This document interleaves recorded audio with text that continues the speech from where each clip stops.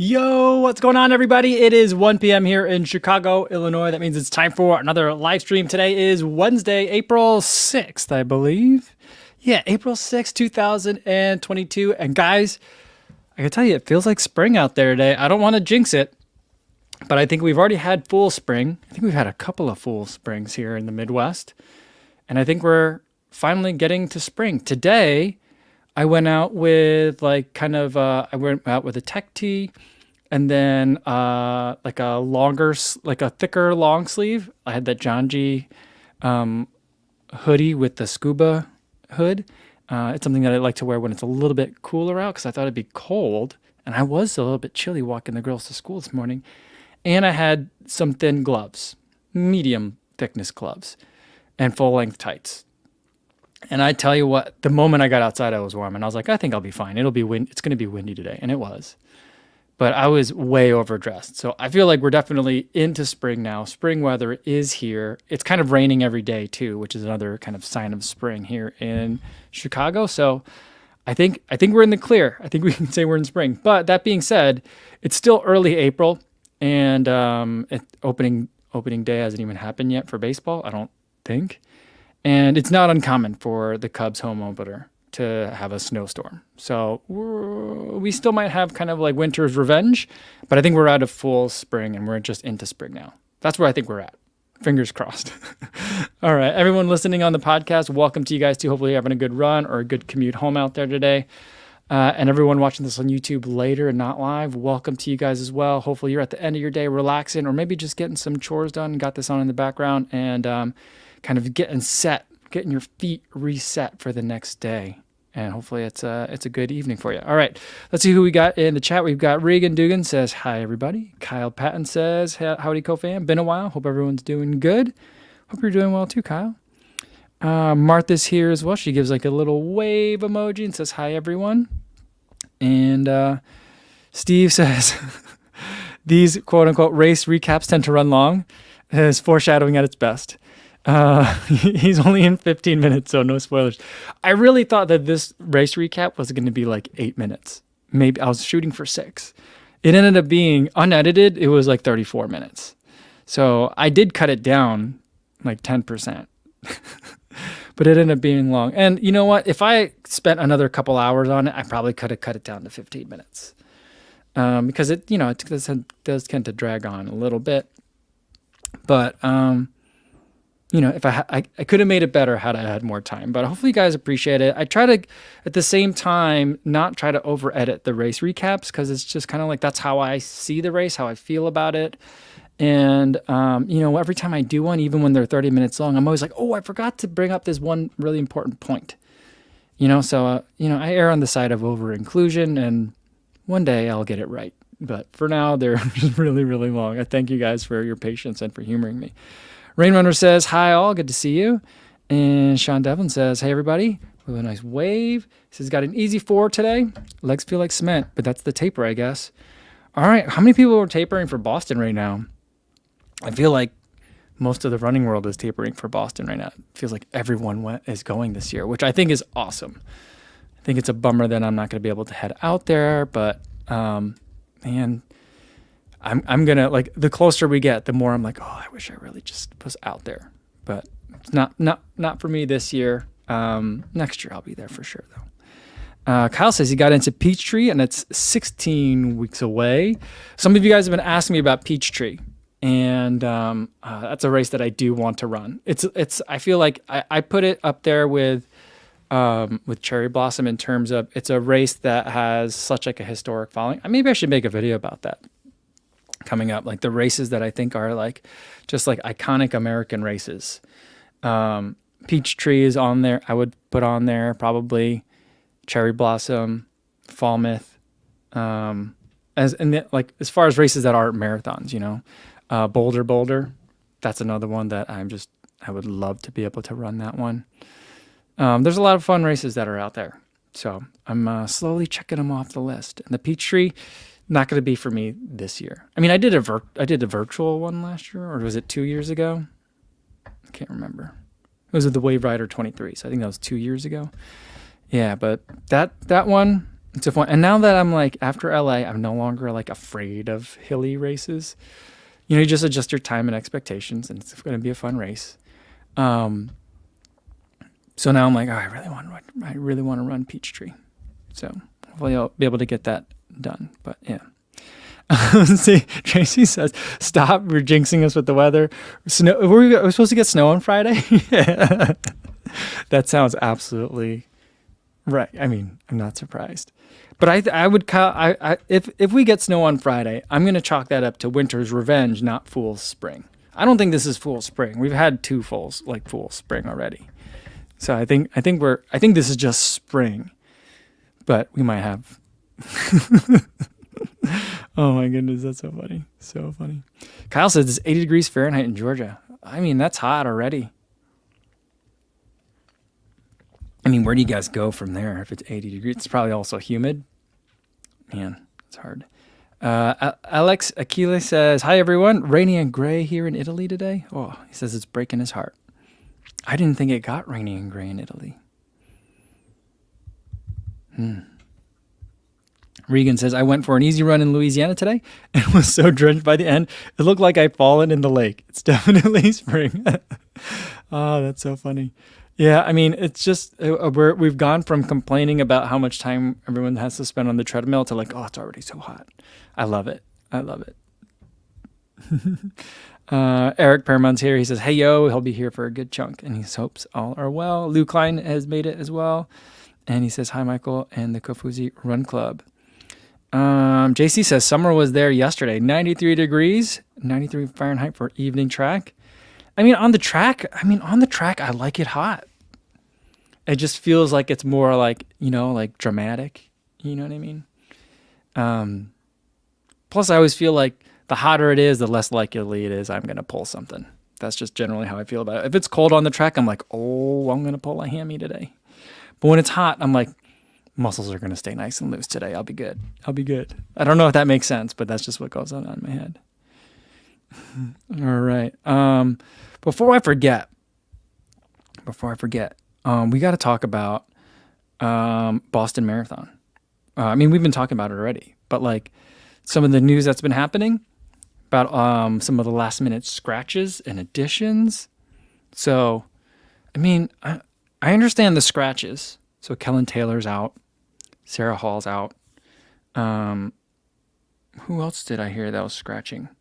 Oh, Bekele's out. That's the big one. Not that Kellen Taylor and Sarah Hall not running is not big news, but Bekele is also out. Bekele said he's not ready for a marathon right now, and he's not going to run if he's not ready. He's going to focus on a fall marathon. I don't know what that means for him. He's almost as old as I am. So, yeah. So, I mean, that's big news. That's big news. I actually knew about the Sarah Hall stuff. I was able to get some inside information over the weekend. So I knew about that. That wasn't a surprise to me.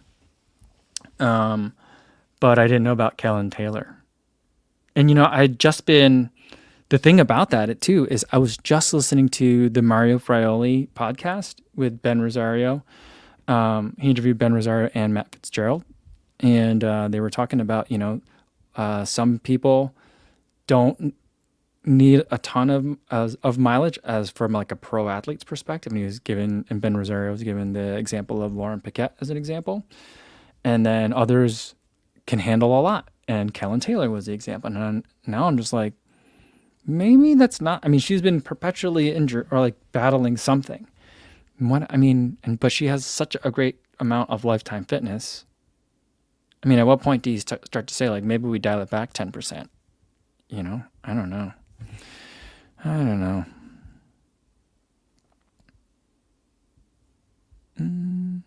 Underestimated says, after watching the Cherokee vlog, it made me wonder, have you ever dropped your selfie stick while running? Only a handful of times. I actually just dropped it recently. I'm trying to think. Was I testing the new Insta360 ONE RS?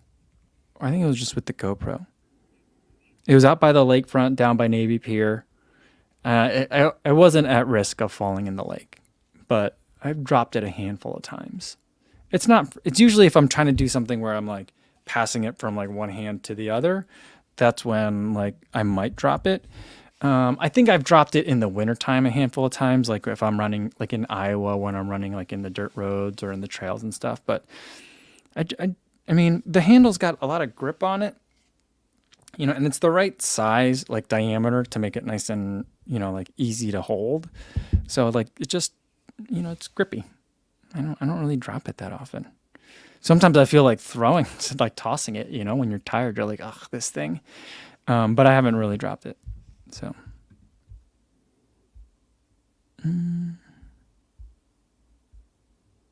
Yeah, Martha says next year at this time, we'll be tapering for Boston too. I know, I'm excited for it. I'm so excited for it. 2023 is going to be the year. I mean, it'll be crazy because in theory, I'm scheduled to go to Tokyo. And then it'll be Tokyo and then Boston, and that'll be quite a spring. And then I'll probably run Chicago. Well, I will run Chicago. I mean, like if I can, I'm assuming I'll get in. So that'll be 3 majors. Hoping to get into New York. I'd really love to run a sub 125 half marathon and get a good for age time. I mean, that's 4 majors in 1 year. 2023 is going to be, it's going to be a big year.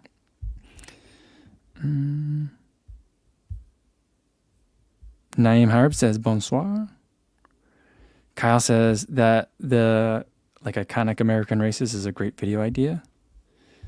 Kyle says, what's the Bay Area one with like 60,000 participants? I don't know what that is. I mean, I know the Bay Area has lots of great races, but I'm trying to think of like it's not like what's it like? There's one where you run from a couple of different ones where you run like from the mountain to the ocean, right?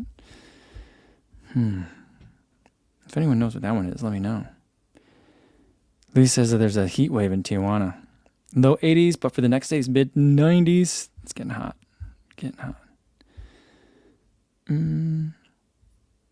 Run Tommy's also tapering for Boston. He ran it once in 2010. Feel like I'm a lot smarter. Also realize that for the people on the course, it's a parade. I'm embracing the parade aspect too, while trying my best. Yeah, I mean, it's tough to balance the two. Previously, I'd gone into it thinking, I'm just going to go there and just like have a nice saunter through the course. But I don't know. I just think that first half is going to be a lot of fun. So we'll see what I end up doing next year when I run it too. Octavia Botella says the Boulder is great, but that mile 4 though, I don't know anything about the course other than the fact that it's at elevation. It draws a bunch of people. I mean, I've watched both Seth's videos about it and also Ryan Doozer's videos about it, and it just looks like it seems like the essence of like what I want in a running event, and it just brings an entire community together. People grow up running it. People return home. It's like a homecoming. People return home to run it. Those are the kinds of things that I think are like just super awesome. I don't know. I don't know if it's. I'm not saying that other parts of the U.S. don't have an affinity for tradition, but I think growing up in New Jersey, there's just like things that you just grow up loving things that are traditions that get passed down from year to year. And so, I think it's all related to the New Jersey diner culture, but there's this affinity for repetition. And so like those kinds of races, I think are pretty awesome. All right, I'm going to scroll down, try to catch up with you guys in the chat. In his Dunbars here says, hi, Kofuzi and everybody, just in from a run around the woods with Pip. That's awesome.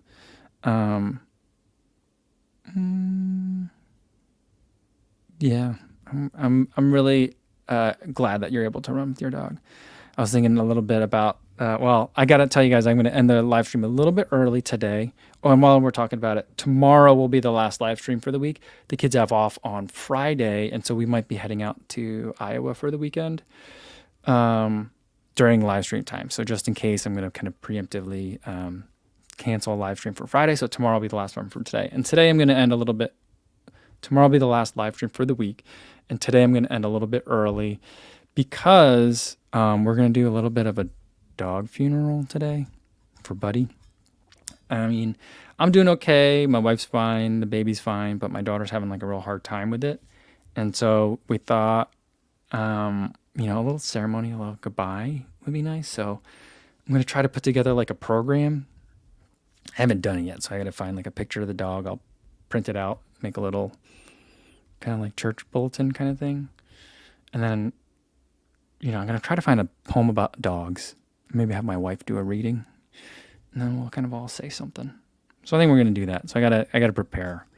And I think that'll help my daughter quite a bit. I kind of getting the idea from the Cosby Show. Do you guys remember when Rudy lost a goldfish and they had to have a funeral for the goldfish? And it was like a really elaborate one. Yeah. I mean, a lot of like, it really bums me out that, that Bill Cosby ended up being such a creep and just such a horrible person, because I watched every episode of that show growing up, and like a lot of my kind of like ideals of like family life kind of come from that family dynamic. Like they had a family meal on Sundays in the dining room, and I had no TV in it. I thought that was weird. And they sat around and talked to each other. These are all things that like we never did. And they had grandparents that came over all the time, and they had really good relationships with their grandparents. So it was like the anti our family. I mean, our family was great, but it was just very different, And so, I kind of looked at that as kind of like, oh, that's what people do. Like not like the weirdos in this house. And then I don't know. And then turns out decades later that the guy was terrible. So it's kind of like weird. But I have these like strong memories of stuff like the episode where they did a funeral for the fish, the goldfish. So I feel like I want to do kind of something similar, because I felt like, I don't know, it worked for Rudy. I think it'll work for my daughter. I don't know. Super Injit says, that's a good idea. We should maybe do that for our dog Luna. We had to put down in December. I think I'd probably benefit from it even more than the kids. Yeah, I think, I mean, it's not just for my daughter, that's for sure. I'm sure that there's stuff that I'm bottling up inside that I kind of like need to let out. So I think it'll be good for all of us. Brendan says, sorry to hear that, Co. I lost my dog in December and still have a hard time. Rest in peace, buddy. Thank you. Bunny G says, The Rainbow Road is a beautiful poem to read. Okay. Where's my pencil? I'm going to write that down. Maybe that'll be one day. Rainbow Road. All right. I want to see. Yeah. Yeah, Werner Wilson, I think it's a good point. The lessons of the show were real. Just stay in that frame, Poozy. Yeah. I mean, the biggest thing that I always take away from like the Cosby Show, one is that, both of them worked, outside the home, and they still had good relationships with the kids, Also, the dad was very involved in the family, and it was, it wasn't a white family on TV. So all that stuff was like kind of like, I don't know, just like a spectacle. I just soaked it all in. I loved it. And the thing that I still take away is, it's like, it's one thing to get in trouble. It's another thing to lie about it. It's always the lie that made it worse. And so that was something that I took through with me. I mean, that left an impression on me for sure.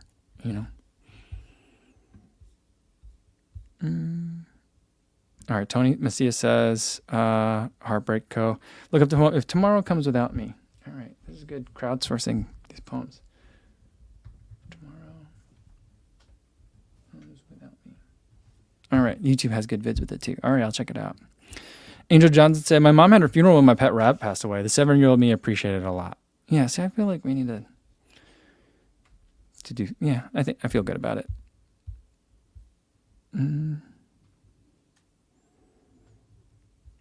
Shannon says, I accidentally turned the dryer on when my cat was in it in the 5th grade. We did a burial on Thanksgiving morning. Oh, yeah. I would have made sure to do something too. And it says, hope your mom isn't here today being called a weirdo and all. No, I'm just saying we were like, amazingly us and idiosyncratic and different. It was an immigrant family, and my mom worked all sorts of shifts to make sure we had enough money. So we didn't go without anything. I mean, she worked night shifts, weird shifts. I mean, she worked in healthcare, and when you're, the immigrant, non-native English speaker, you don't get the best shifts. And so she had to deal with that for probably the first 20 years of her career. So, I mean, she worked hard to make us as normal as possible.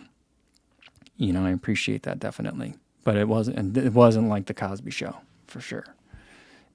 It wasn't like you know, Cosby Show, or what were some of the other like A's enough Family not like Family Matters either. What was the other one? Step by Step. I guess those were all different kinds of families too, but we didn't have shows like Fresh Off the Boat when I was growing up. So that's kind of, I guess, you glom on to whatever you can relate to, I guess. Dundon has a running question. Says, I want a pair of Vaporfly Next. Would the Endorphin Pro be worth it? I think that if you want to try it and you're just interested in shoes, I think that it's a fun shoe to also have, just to have the experience, to understand how, like, what the different brands are doing. I think they're two very different shoes. I don't think that they're super redundant in that sense. But if you're trying to talk about from like a practical perspective, does someone that has a Vaporfly Next need to go out and get the Endorphin Pro? Probably not. Unless you're like a half marathon and 10K racer. I saw a lot of Endorphin Pros at the Cherry Blossom 10 mile. And I think that when you're running threshold pace, and like 10K to half marathon is where I feel like the Endorphin Pro really stands out to me. For the marathon, I don't love it because I feel like it's a little bit on the firm side, and I'm not sure that I'm bending the carbon quite well enough to really get everything out of it at my marathon pace. And so, depending on what your racing is like, then I'm not sure that you need to go out and get it. I just ran in the Endorphin Pros today. I love it for threshold workouts. My mile repeats, that's probably one of my favorite shoes to run in, just because I feel like at that pace, I'm getting everything out of the shoe, and it's lightweight. The upper's really nice and comfortable, and the shoe just feels really good to run fast in. So it's a fun shoe to have in addition to the Vaporfly Next Percent, but I don't think you absolutely have to go out and get it.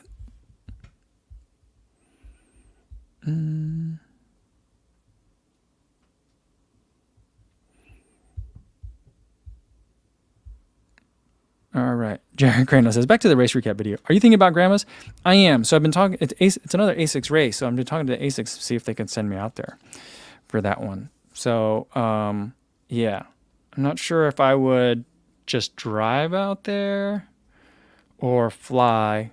It'd probably depend on if my wife will need the car. We only have one. So if my wife thinks she's going to need the car, then I'll probably try to find a way to fly. Or someone else mentioned yesterday, just rent a car from here and then put the miles on a rental car, which might also be probably, I feel like it's just going to be ultimately end up being the same. Although, like, after the race, waiting around in an airport for a flight is a little bit more easy on the body than sitting in a car having to drive yourself home. So, yeah, I'm not sure exactly how I'm going to get out there, but hopefully I'll know by like the end of this week if that's something that we can make happen.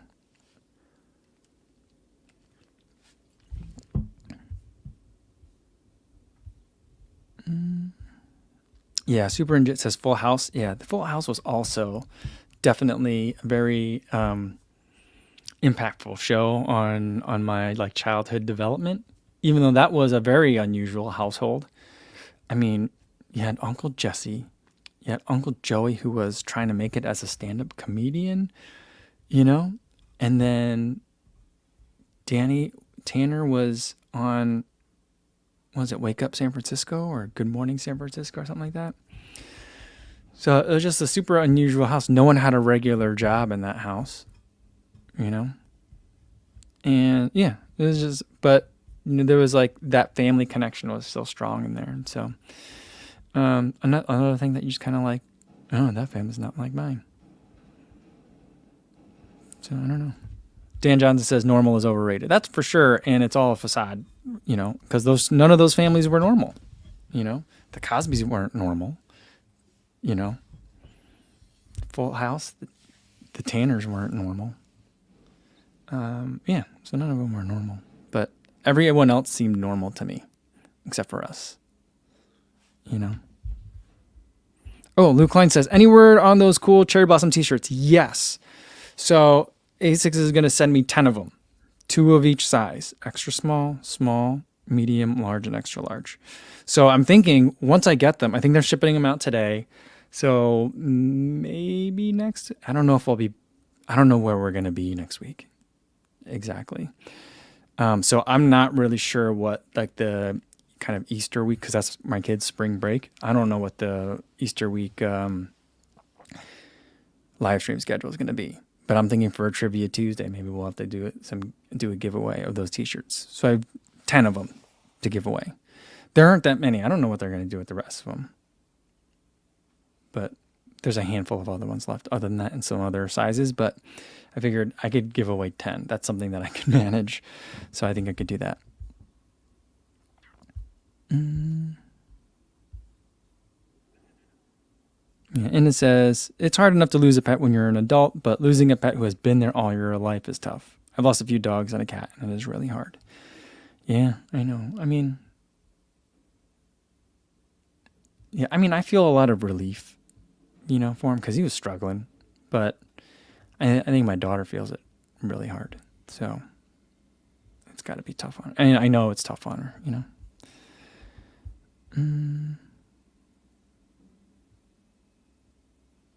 Chris Dyke says, about going back to the Endorphin Pro. The Endorphin Pro is my comfy Speedwork shoe. Natural shoe feel on foot. I'm not sure I would call it comfy, but the upper is really nice. I think it's probably one of the best uppers. It's not too scratchy. It's not too thick. Yeah, it is a good one. And Eric says, the Pro is exactly that for a 6 to 13.1 mile distance. Pro. And anything more hurts the foot bottom. I would agree with that. I would agree with that too. And Dundano says, sweet, debating buying some for my half in May. If you want a good half marathon shoe, not saying that people need to go out and specifically buy a half marathon shoe, but if you're an enthusiast and you want some more toys, that's a fun one to get. I highly recommend it. Also the Adios Pro 2. Really good at the half marathon distance, I think. But I think that one also works well for me at the marathon distance.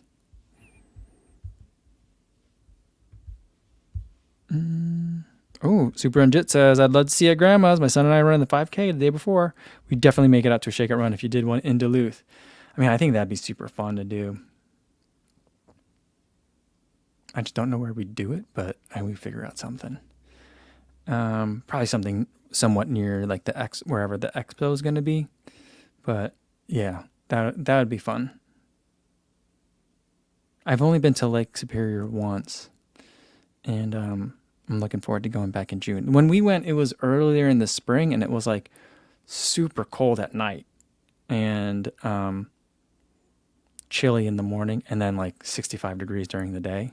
So it was super confusing, but it was just really nice. And Lake Michigan feels big, but Lake Superior just feels so much. It is bigger, but it just feels so much bigger. I don't know what it is about it.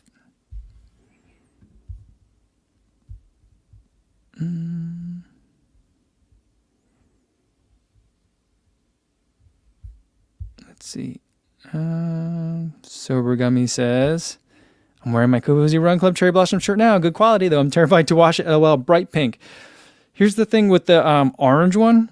The orange one that I had from LA, I feel like mine shrank a little bit. So maybe be careful with it the first time you wash it. Maybe let it air dry. I don't know. I'm really bad with laundry. And I've kind of trained my wife to tolerate how bad I am with the laundry. Kind of with the half apology of, well, at least you didn't have to do it. So I shrink things all the time. I just throw everything. I kind of separate whites out if there's enough, but otherwise I'll just throw everything together and just wash it cold. I don't know. I'm not good at laundry.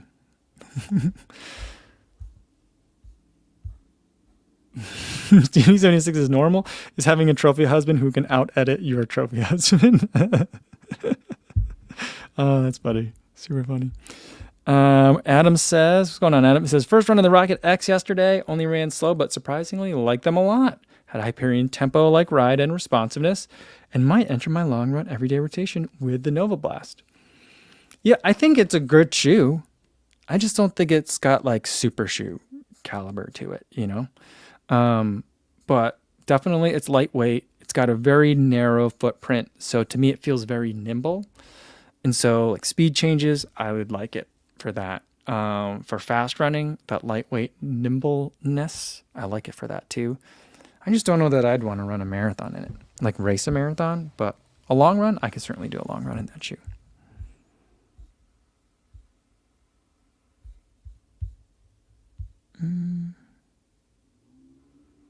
Shannon said, I love the guy's shirt who stamped Kofuzi all over the shirt at the LA Shakeout. I want one, even for purchase. Yeah, everyone was talking about that. So, like, you could pick, like, would you want a Kofuzi signature? Do you want, like, the running hot dog? Or do you want, like, what was the third one? There was, like, an LA Marathon logo that they had. And he was, I don't know if it was him or his wife. They were like, no, here's what you do. You don't just put one, you put, like, 12 of them all over the back. That was kind of cool. Maybe that'll have to be merch. Maybe I'll make that as merch at some point. Maybe I'll like make my own. And it'll just be Kofuzi all over it. I don't know. Or maybe we can get ASICS to do it. I don't know. I did like that design. It was really cool. Naeem Harib says, what are your thoughts on minimalist shoes like Zeros and Vibrams? Seems like a taboo question. Your thoughts as an experienced runner? I don't think it's a taboo question. I think that it's certainly okay to ask. I like the idea of Zeros. I just don't want to run in them.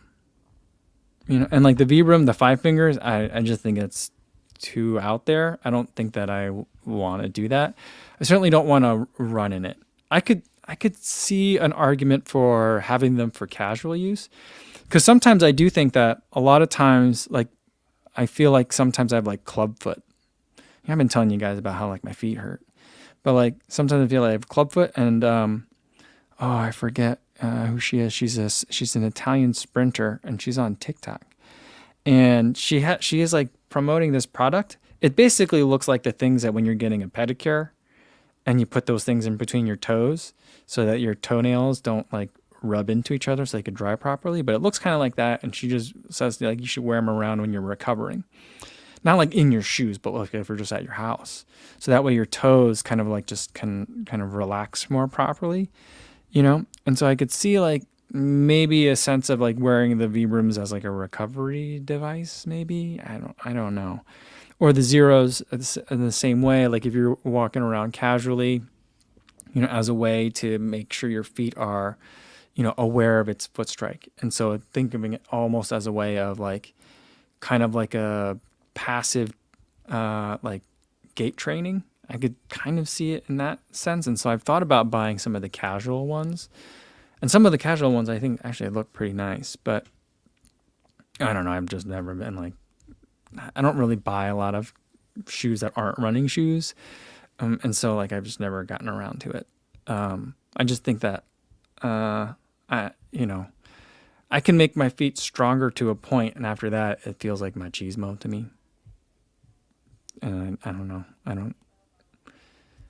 Yeah. And the other thing is people also conflate zero drop and minimalist shoes quite a bit. And so like, you know, I'm not sure what argument people are making for it or against it. So, but I mean, for some people, I think that if it works for people, then I think that's fantastic. It's just not for me.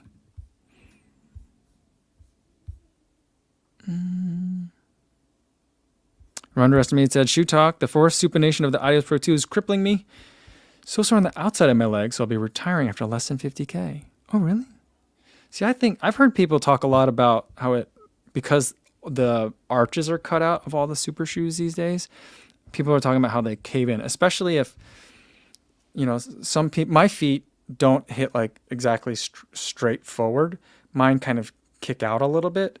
And so if you're like that, when your foot hits the ground, if you don't have a really forward, like parallel to the direction of movement foot strike, and you're like this, then it can really tend to exacerbate a pronation when there isn't a lot underneath the arch of the foot. So I've heard about that a lot. I haven't heard a lot about the supination, but I could see it because of the way that the heel is beveled on that outside. So that's unfortunate. Because otherwise, the Adios Pro 2 is a fun shoe. I already retired mine at 100 miles, and if I didn't still have the Primex, which is a shoe that I just absolutely love, if I didn't still have that, I'd be like, oh, I shouldn't have gotten rid of that Adios Pro 2. But at this point, I'll wait for the 3 or whatever's coming next from as far as like the marathon racer goes. And in the meantime, I'll put in anything that I would have done in the Adios Pro 2, either in the Primex or the Takumi Sen. So if it has to go faster, I'll go with Takumi Sen or Boston 10 or Adios 6. And if it's more marathon pace work or long run work, then I'll do the Primex because I've been really enjoying that. I had a long conversation with Thomas over the weekend about how much and why I like the Primex. He still does not like it. But I think he has the same issue where his feet kick out a lot. And that causes, like, the way that the shoe is designed, just his ankles are just turning in a lot on that one.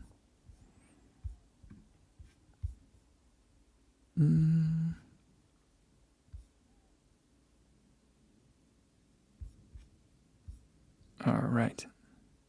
Dad Runner Al is still running his Endorphin Speed 1s and he loves them.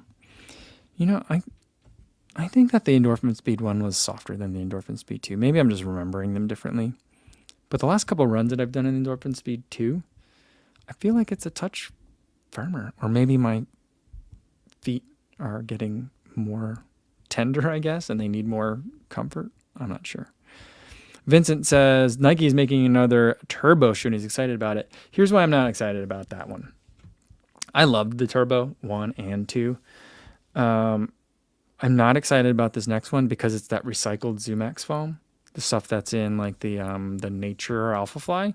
Now, some people like the Nature Alpha Fly. Like, I think Ben Johnson he just put in like 300 miles on his, was it 300 or 5? He's put in an incredible amount of miles on his Nature Alpha Flies. But a lot of other people that I've seen that have run an Alpha Fly just feel like it doesn't feel like an Alpha Fly. It feels like you're running on an inferior ZoomX midsole, and it's not great. And then there's also people have been talking about problems with the upper construction on that that Nature Alpha Fly. Is that what it's right? Am I calling it the right thing? Yeah. So there's that, and so if that new Turbo is gonna be anything like that, I'm probably gonna pass. Unless like people are like, I see other people's review. I'll let other people test it out first. And if people are like, oh, we were worried because we thought it was gonna be like that Alpha Fly, but it's not, and they figured it out, then I'll be like, all right, let me get one. But I'm not gonna be the first one in line to get that one. I just wish they would make another regular Turbo. Natsuka said, hey, Mike, did you get any information about that Bank of America half? I missed yesterday. I did take a look at it. I've been looking at it for like a couple of days now, and they do not have a course yet set out. And I'm wondering if that's because like there's permitting issues. The Soldier Field 10 mile, which is before that race by like a week or two, maybe a week, also doesn't have an official map out yet either. So I'm just wondering if like the city's messing around with people trying to put on events and stuff. I don't know if it's because of COVID reasons that they're slow to do it or what, or it's something going on with the permitting and the road closures. But it doesn't seem like that race has something either. So I don't think it's necessarily that weird that they don't have it. As far as I can tell, like there's no like COVID reason why I think they would shut either of those two events down. I mean, there's many COVID reasons why you would want to, but I don't think that that's going to be a rationale for it. So I just think that if they just haven't, I'm sure they have a proposed route, and I'm sure they're just waiting for the city to give them a green light on it. That's what I think. But I'm not sure if I'm going to be able to run that one. It is, if I run it, I think I would run it as a workout because it's 2 weeks before, it'll be 2 weeks before Grandma. So assuming I run Grandma's, that Chicago half would be 2 weeks before. So maybe I'll try to do something. Maybe I'll do a shakeout run. I think some people are traveling in for it. So if that's the case, people are like, let's do a shakeout, then maybe I'll do a shakeout, but I'm just not sure. June's the next 3 months are going to be crazy. There's so many events that are happening. So, and I'm pretty excited about it. But it's just going to be pretty wild. It's going to be easy to kind of like say no to stuff just because I'm like, well, that's a weekend when I'm not racing. I should probably spend some time with my family. So we'll see how it goes. All right, I got to catch up to you guys in the chat. Let's do a couple more, and then I got to go get ready for this evening's ceremony. Dan Johnson says, Grandma's is a great marathon, but finding affordable housing can be challenging. It's also about 2 to 3 hours drive from Twin Cities. Okay, so now that means it's going to be a really far drive from Chicago, because Twin Cities is not a close drive either. Okay, I have to look at that a little closer, Dan. Thanks for letting me know. All right, I got to work on some housing. Chris Dyke says, Dr. Josh put in 700 miles on the Invincible. I think I've got like 150 on mine. It's not a lot. That's a lot of miles on the Invincible. There is an Invincible too, but it's just the same as the Invincible one, just uglier.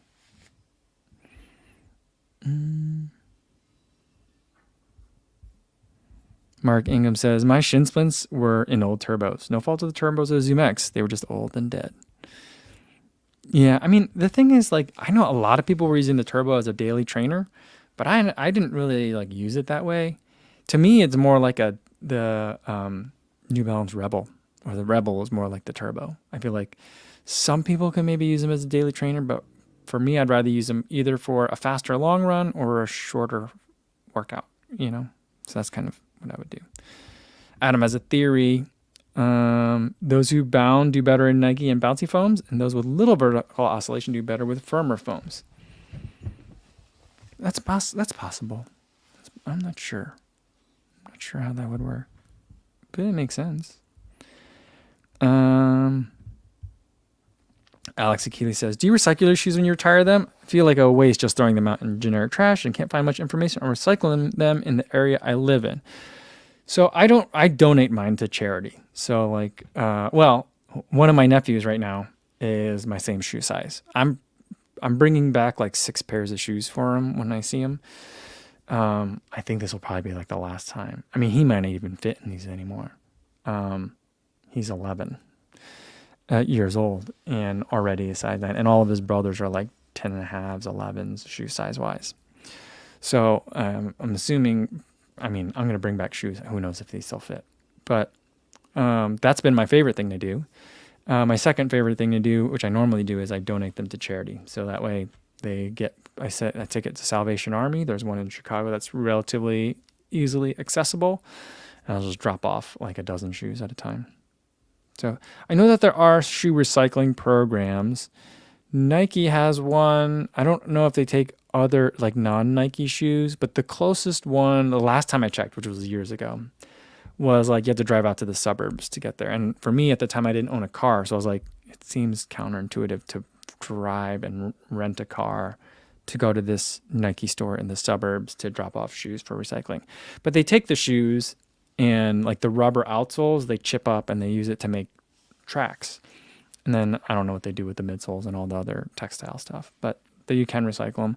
Some running stores will have like shoe donation programs where they'll ship it to like other, like your running shoes might not be great for running, but they're still great to wear. So they might ship them to like other countries where people need more just footwear. So there could be something like that. I would ask around your local shoe stores to see if they have anything like that. And maybe they'd be like, no, we don't, but maybe it's a good idea. So hopefully you can help them get started on something like that. Like I know one of the things that when I was at TRE that I thought was awesome, that I don't know if people are doing or not, but GU was working on something where they can turn GU packets, like gel packets, into, and they'll clean them out and turn that material into like composite, like building materials, like decking. Like, so like for your outside, like your patio, you can turn it into that. And I was just like, this is all sorts of magic, but it's incredible. I love it. And they were like, yeah. So like try to get your local running store to have like a giant box where you throw away all your gels. I'm like, wait a minute. So wait, there's going to be like a box at the running store that has people's like used gels in there? They're like, yeah. I'm like, okay. But I was like, that's got to be the most disgusting box ever by the time it gets to you guys. And they're like, yeah, it's not going to smell great. But they can take it and turn it into like wood, like fake wood. I think it's pretty incredible. So there's, there's stuff out there.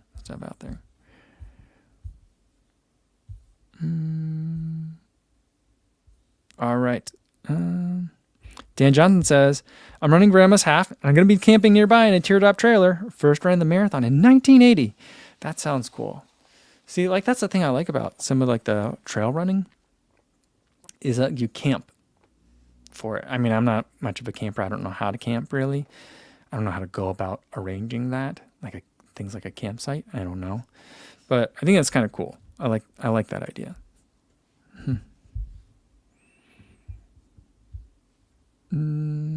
Our Runnerville says his shoes go to Goodwill. Yeah, I think that's a good place to take it, because they're going to be good for a lot of months of use from whoever gets them next, I think.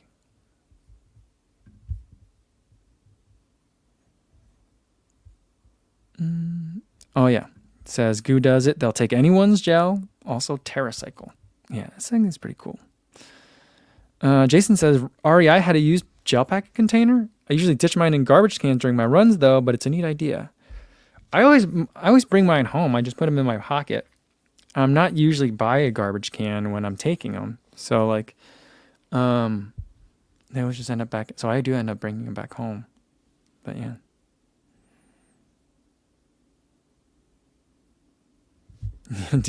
Danny J says, seriously, it is incredible. If I don't wash my plastic containers, even though they go into recycling, they get trashed. But who's washing the gel packs? That job must suck. Yeah, I'm not sure if there's like a giant like washing machine type of thing that just like spins them around, until all like the water, like the sugar, because it's all just sugar syrupy stuff, right? So like get enough water in there and it should clean itself out. But I'm like, I don't know. When I'm done with the gel packet, I like roll it up onto itself and stick it back into my pocket. So I mean, I don't know. I'm not sure. So,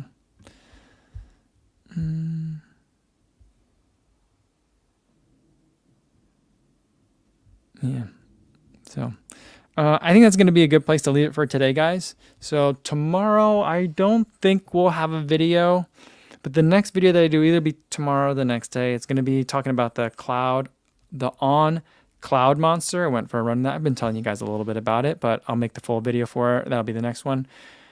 Probably Friday is when it'll come out. But in the meantime, we'll do another live stream tomorrow. We'll got a new protein drink that I got from the feed. So we'll be tasting that out. So bring your recovery beverage of choice, and I'll see you then. In the meantime, be safe out there, everybody. Thanks.